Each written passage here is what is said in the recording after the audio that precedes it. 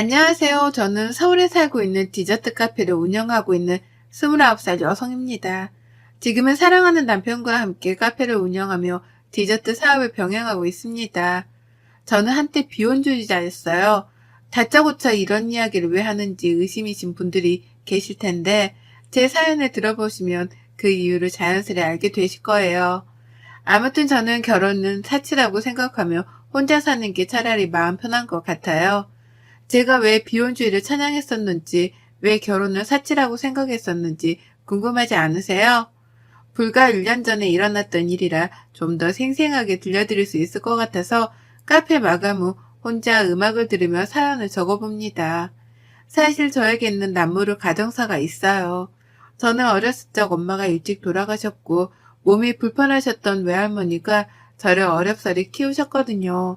그래도 부족함 없이 키우시려고 식당에서 일도 하시고 밤에 잠도 못 주무시며 부업을 하시면서까지 저를 뒷바라지 해주셨어요. 사춘기가 와도 그러려니 하시며 저를 애지중지 해주신 탓에 저는 큰 문제 없이 중학교 시절을 보냈고 그런 할머니가 고등학생 때 노안으로 돌아가시며 저 혼자 남게 되었죠. 할머니가 돌아가시고 유품을 정리하다가 제 베네 쪼고리가 담긴 작은 상자를 발견했어요. 김도진이라는 이름과 함께 주소가 적힌 종이 그리고 할머니의 편지가 있었습니다. 할머니의 편지를 읽으며 겨우 억누르고 있던 슬픔이 몰아쳐 하염없이 눈물을 흘렸습니다. 세상에 저 혼자밖에 없음을 다시금 깨달았고 앞으로 어떻게 살아야 할지 막막했거든요. 할머니의 장례를 치른 지 몇 개월의 시간이 지나고 조금씩 안정을 찾아갔어요. 엄마와 할머니는 일가 친척도 없었던 터라 앞으로는 저 혼자 먹고 살아야 했습니다. 그래서 낮에는 학교를 가고 저녁에는 카페에서 아르바이트를 했어요. 학비는 학교에서 어려운 가정에게 지원을 해주는 제도가 있어서 부담을 덜 수 있었고 문제는 먹고 자고 하는 생활비였는데 방세가 만만치 않더라고요. 다행히 할머니가 남겨두고 가신 약간의 돈과 엄마의 사망보험금이 2천만 원으로 제가 성인이 될 때까지 먹고 사는데 지장은 없었습니다. 그렇게 할머니가 남기신 작은 박스는 장롱 구석에 처박아 두고 점점 잊혀지게 됐죠. 다행히 제 사정을 아는 구청 직원의 도움으로 매달 쌀과 반찬을 지원받게 되었고 저랑 친하게 지냈던 단짝 친구의 부모님이 가끔 반찬을 해서 전달해 주셨어요. 평소에 할머니와 자주 왕래하던 이웃집 할머니들도 저에게 밥을 먹으러 오라며 살뜰히 챙겨주셨죠. 그렇게 주변의 도움을 받으며 어렵사리 생활했고 고등학교 3학년이 되던 봄 남자친구를 만났어요. 이때 만난 남자친구로 인해 저는 비혼주의를 선언했고 이 순간을 제 인생의 가장 큰 오점이라고 생각한답니다. 남자친구는 학교에서 알아주는 모범생이었어요. TV에서 보면 있는 집 자식들은 도도하거나 싸가지가 없었는데 남자친구는 다정다감한 말투와 세심하고 배려 있는 행동까지 뭐 하나 빠지는 구석이 없었습니다. 생긴 것도 이목구비가 뚜렷하게 생겼고 피부는 얼마나 뽀얗던지요. 학교에서 봉사활동을 하며 우연히 친해지게 되었고 솔직히 제가 반에 따라다닌 케이스였어요. 남자친구도 활발하고 털털한 저의 모습에 반했다며 서로 호감을 표시하고 사귀게 되었죠. 남자친구는 백마탄 왕자님이라는 말이 참 잘 어울리던 사람이었습니다. 남자친구의 집은 대대로 법조인을 배출한 사자 집안이었어요. 그렇게 남자친구는 대학도 서울에서 유명한 법학과로 진학을 했어요. 저는 앞으로 먹고 살 것이 더 큰 문제여서 대학 공부는 사치였습니다. 물론 저에게도 대학에 대한 로망이 있었어요. 화창한 날에 잔디밭에 앉아 책을 읽거나 하는 그런 로망이요. 저도 공부를 못하는 편은 아니었어요. 하지만 대학 등록금이며 학비, 생활비가 여의치 않았기에 당장 먹고 살기가 더 급급했어요. 그래서 저는 고등학교를 졸업 후 바로 일을 했습니다. 나이가 어리다는 이유로 사회 경험이 부족하다는 이유로 번번이 면접에서 탈락하곤 했지만 우연히 좋은 기회로 한 디저트 카페에 취직할 수 있었어요. 이 디저트 카페에서 일한 것을 우연으로 저는 디저트 커피에 관심을 갖게 되면서 지금의 카페를 창업하기에 이르렀죠. 몇 년의 시간이 흐르고 남자친구는 대학을 졸업하는 것과 동시에 사법고시를 준비하게 됐어요. 저는 계속 일을 하며 제과제빵 자격증, 바리스타 자격증을 취득하고 경험을 쌓는 중이었고요. 남자친구 집이 상당히 엄격한 집안이라 사법고시를 준비하는 기간에는 다른 요인에 방해받지 않게 집에서 기본적인 지원 말고는 금전적인 지원을 끊었다고 해요. 정말 공부에만 몰두하라는 의미였죠. 그래서 저는 제가 모은 돈을 남자친구에게 주며 이것으로 생활하라며 보태주었어요. 남자친구는 받지 않으려 했지만 저는 내가 남자친구한테 이 정도도 못해줘? 내가 지금 능력이 있으니 이렇게 해주는 거야. 나중에 사법고시 합격하면 나 잊으면 안 돼? 라며 반강제로 돈을 쥐어주었어요. 미래를 위한 투자라며 남자친구를 다독이면서요. 그때 그러지 말았어야 했습니다. 지금 와서 후회하면 뭐하나요? 이미 엎질러진 물인데. 그렇게 3년이라는 시간에 밤낮 없이 일하며 남자친구가 굶을까봐 몇 끼니를 차려 먹을 수 있게 밥을 챙겨주고 온갖 영양제, 보약까지 할 수 있는 건 최대한으로 하며 뒷바라지 했고 결국 남자친구는 사법고시에 합격했어요. 사법연수원을 졸업하고 변호사로서 강남에 있는 중견 로펌에 스카우트 제의가 온 남자친구는 만족스러운 첫 출발을 하게 되었죠. 그런 남자친구의 모습을 보자니 제가 다 뿌듯하더군요. 그때까지만 해도 제 미래는 행복할 줄 알았거든요. 제가 카페에서 일을 하게 된 지도 7년차가 되었을 때 사장님이 말씀하셨어요. 지훈씨, 이제 창업을 해보는 게 어때? 일도 오래 했고 지훈씨 실력이라면 창업해도 문제될 게 없는데? 에이, 저는 아직도 많이 배워야 해요. 많이 모자른걸요. 아직도 쿠키 굽다 태우는 거 보면 모르겠어요? 그래도 벌이도 어느 정도 되고 실력도 있으니 충분히 될 것 같은데 도움이 필요하면 언제든 말해. 내가 적극적으로 나서서 도와줄 수 있는 건 해줄 테니까. 그런 사장님의 말에 저는 창업에 대해 알아보며 나름대로 바빠지기 시작했어요. 얼마 뒤 남자친구의 생일이 다가와 모처럼 좋은 시간을 보내고 싶어 남자친구에게 연락했습니다. 자기야, 며칠 뒤면 자기 생일인데 우리 안 본 지도 좀 오래됐고 날 잡고 맛있는 거 먹으러 갈까? 어떡하지? 나 그날 선약 있어. 아쉽지만 다른 날 보자. 자기 친구들이면 내 친구들이나 마찬가지지 뭐. 같이 보면 안 돼? 어떻게 자기 친구들이랑 내 친구들이 같아? 이번에 로펌에 근무하면서 사귄 동료들이야. 어떻게 만든 자리인데 이 정도로 말하면 알아들어야지. 이번에 시니어 변호사 선배들도 와서 중요한 자리인데 거기에 어떻게 자기를 데려가? 알겠어. 왜 신경질이야? 그럼 다른 날 보자. 다시 연락할게. 저는 남자친구에게 내심 서운했지만 중요한 자리라고 하니 그러려니 하고 넘어갔습니다. 그래도 서프라이즈로 놀래켜주고 싶어 남자친구가 일하는 로펌 앞으로 찾아갔어요. 제가 직접 만든 귀여운 모양의 디저트와 커피를 사들고 기다렸습니다. 점심시간이 끝나갈 무렵이었는데 저 멀리서 남자친구가 오는 거예요. 저는 반가운 마음에 자기야 라고 외치며 남자친구를 불렀죠. 남자친구는 저를 발견하고는 뛰어오더니 불같이 화를 내는 게 아니겠어요? 왜 연락도 없이 왔어? 나 외근 중이면 어떡하려고 그랬어. 미리 연락을 하고 오란 말이야. 여기가 오고 싶으면 오고 자기 마음대로 할 수 있는 데야? 아니, 나는 그게 자기 생일이기도 하니까 못 봐서 이것 좀 전해주려고 왔지. 왜 그렇게까지 성질을 내? 그렇게 남자친구와 약간의 실랑이를 했는데 손에 들고 있던 커피와 디저트를 놓쳐 땅에 떨어뜨렸어요. 그것을 보고 주변에 있던 사람들이 하나둘씩 쳐다보기 시작했고 남자친구는 얼굴이 빨개졌죠. 지나가던 동료들을 데리고 남자친구는 황급히 로펌 건물 안으로 들어가 버렸어요. 그런데 들어가면서 들리는 소리가 가관이었어요. 저 여자가 태훈 씨 뒷바라지 해준 그 여자야? 태훈 씨가 눈이 많이 났네. 뭐가 모자라서 저런 여자를 만나요? 집에서 반대 안 해요? 저분이 태연 씨가 말했던 그 조강지처? 조강지처는 무슨 조강지처예요. 보니까 돈 노리고 들러붙은 거 아닌가 몰라. 태연 씨가 어떻게 저런 사람이랑 만났는지 상상이 안 가네요. 어쩜 봐 촌스러워라. 저에 대해서 아는 게 없는 사람들이 함부로 짓거리는 게 마음에 들지는 않았지만 저로서는 아무것도 할 수 있는 게 없었고 오히려 제가 초라하게 느껴지더라고요.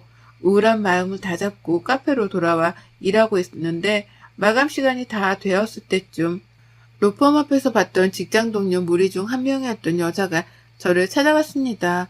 우연이겠거니 했지만 저를 일부러 찾아온 것이라며 잠시 대화를 나누자 하더군요.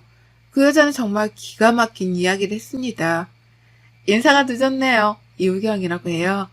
태연 씨랑 나 이미 연수원 시절부터 결혼을 전제로 만나고 있는 사이예요. 표정을 보니 얘기는 못 들었나 보네요. 그게 무슨 말이에요? 태연이랑 저 고등학교 때부터 쭉 만나온 사이예요. 가벼운 사이 아니라고요. 무슨 사이인지 모르겠지만 그렇게 함부로 말하지 마세요. 가벼운 사이? 우리 이미 어렸을 적부터 알고 지냈습니다. 뭐 우리 같은 사람들을 보고 흔히들 정락결혼이라고 하더라고요. 결혼도 비즈니스예요. 이미 대학교 2학년 때 약혼까지 한 몸이고요. 태훈 씨 포기해야 할 쪽은 그쪽 같은데 우린 이미 너무 얽히고 얽혀있는 상태라 저는 너무도 기막힌 사실에 아무 말도 할 수 없었습니다. 그러더니 그 여자는 저에게 2천만 원이 담긴 돈봉투를 던져주더라고요. 이제는 더 이상 태연 씨랑 만나는 일 없었으면 하네요. 이 돈은 지훈 씨가 태연 씨한테 줬던 돈 그대로예요. 이 정도면 손해보는 장사는 아닐 텐데, 그쵸? 알아들었을 거라 생각하고 가볼게요. 그렇게 그 여자가 다녀간 뒤 남자친구는 문자 메시지로 미안하다는 말을 전하더라고요. 그러더니 몇 개월 뒤 그 여자와 결혼식을 올렸습니다. 도저히 이대로는 못 살 것 같아 다른 집으로 이사를 가야겠다고 생각하며 집을 정리했어요. 장롱을 정리하는데 할머니가 제게 남겨주신 작은 상자를 다시 보게 됐어요. 박스 안에 놓여있던 이름과 주소가 적힌 쪽지를 발견한 저는 곰곰이 생각에 잠겼습니다. 이 사람은 과연 누구인지 어떤 사람인지 궁금했거든요. 결국 궁금증을 참지 못하고 저는 쪽지에 적힌 주소를 찾아가기로 마음먹었어요. 동네 부근이어서 찾아가는 건 어렵지 않았습니다. 그런데 제가 찾아간 그 집은 드라마에서나 볼 법한 궁궐 같은 부잣집 저택이었어요. 이런 곳에 저와 연관이 있는 사람이 있을 거라 생각하니 왠지 모르게 긴장되더군요. 안내해주시는 분을 따라 집 안으로 들어서니 중후하고 인자한 모습의 중년 부부가 앉아 있었어요. 그래, 나를 찾아왔다고요? 우선 우리 집에 온 손님이니 차 한 잔 들어요. 제 이름은 이지윤이라고 합니다. 엄마 성함은 이현정이고요. 어려서 엄마가 돌아가셔서 할머니와 함께 쭉 자랐어요. 할머니는 제가 고등학생 때 돌아가셨지만요. 실례지만 혹시 저와 어떤 연관이 있으신지 여쭤봐도 될까요? 차 한잔을 하며 제 이름과 엄마, 할머니의 이야기, 살던 곳의 이야기를 하니 가만히 듣던 중년 남성은 충격을 먹었는지 찻잔을 떨어뜨리더니 이내 눈물을 흘리는 겁니다. 알고 보니 그 중년 남성은 제 친아버지였던 거예요. 저는 한 번도 생각하지 않았던 아버지가 내 눈앞에 있다는 사실에 놀라 그 마음을 주체할 수 없었어요. 그 자리를 당장이라도 박차고 나오고 싶은 심정이었지만 그분이 자신의 이야기를 들어달라며 저를 다시 앉히셨습니다. 두 분은 대학 시절 만나 사랑에 빠지셨고 아버지 집안에서는 가진 것 없는 엄마를 완강히 반대했대요. 두 분을 만나지 못하게 하려고 아버지는 도망치듯 반강제로 군대를 가게 되셨고 전역을 하자마자 미국 유학을 가게 되셨다고 합니다. 그렇게 자연스럽게 엄마와 연락이 끊어졌다고 하고요. 당시 엄마는 저를 임신하고 있었고 이 사실을 처음에는 알리려 했으나 자신 때문에 발목 잡히게 할 수는 없다며 할머니와 함께 저를 기르신 거였어요. 미국 유학을 다녀오신 이후 아버지는 엄마를 찾아 수소문했고 딸이 하나 있다는 사실을 아셨는데 그 사실을 알고 집까지 찾아왔지만 이미 엄마는 돌아가신 뒤였고 할머니가 지금 와서 뭐하러 아이를 찾냐 각자 인생 살자 하며 매몰차게 대했지만 아버지는 죄송하다며 아이에게 전해달라며 이름과 주소를 남겨주고 떠나셨다고 해요. 몰랐던 사실을 알게 된 저는 충격을 금치 못한 채 온몸이 벌벌 떨리더라고요. 이제라도 아버지 된 도리를 하고 싶으니 이 집에 들어와서 함께 사는 건 어떻겠니? 그동안 혼자서도 잘 살아왔어요. 앞으로도 저 혼자 살게요. 오늘은 이만 가겠습니다. 며칠 뒤 같이 살지 않아도 되니 그동안 못다한 아버지 노릇을 하게 해달라며 제 계좌로 5억이라는 돈과 강남의 건물을 증여한다는 서류 그리고 한도 없는 카드를 주셨어요. 저는 한사코 거절했으나 그동안 고생했던 시간을 되돌아보며 한편으로는 이대로 살 수는 없겠다고 생각했어요. 무언가 전환점이 필요한 시기였죠. 그렇게 어렵사리 아버지와 재회하게 되었고 서로 부둥켜 안으며 눈물을 흘렸습니다. 저는 아버지에게 받은 재산으로 디저트 카페 창업을 위해 백방으로 뛰어다녔어요. 아버지는 식품회사를 운영하고 계셨는데 저에게 조언해 주셨습니다. 무턱대고 사업을 시작하지 말고 관련된 공부를 조금 더 해보고 나서 결정하라고요. 그래서 저는 커피, 디저트에 대해 본격적으로 배우기 위해 프랑스로 유학을 떠났습니다. 2년 뒤 유학을 마치고 돌아와 카페 창업을 성공적으로 할 수 있었어요. 강남의 아버지가 증여해 주신 건물 1층에 카페를 창업한 거였죠. 목이 좋은 곳이어서 금방 사람들이 몰려왔습니다. 모도나 인테리어에 디저트 맛도 좋다며 직장인들 사이에서 소문이 났거든요. 전 남자친구가 다니는 로펌 근처였지만 전 제 꿈을 위해 그런 건 생각할 겨를이 없었어요. 이미 끝난 사이고 더 이상 미련이 없었기 때문이었죠. 어느 날 매장을 정리하고 있는데 전 남자친구가 저를 찾아왔습니다. 오랜만이야. 잘 지냈어, 지훈아? 나 그동안 정말 많이 후회했어. 이제라도 나를 봐줄 수 없겠어? 나 이혼하고 너가 허락해준다면 네 곁으로 돌아가고 싶은데. 무슨 귀신 씨나라 까먹는 소리야? 너 제정신이니? 네가 무슨 염치로 나를 찾아와. 난 너랑 할 말 없으니 당장 나가. 순순히 나가지 않으면 경찰 부를 거야?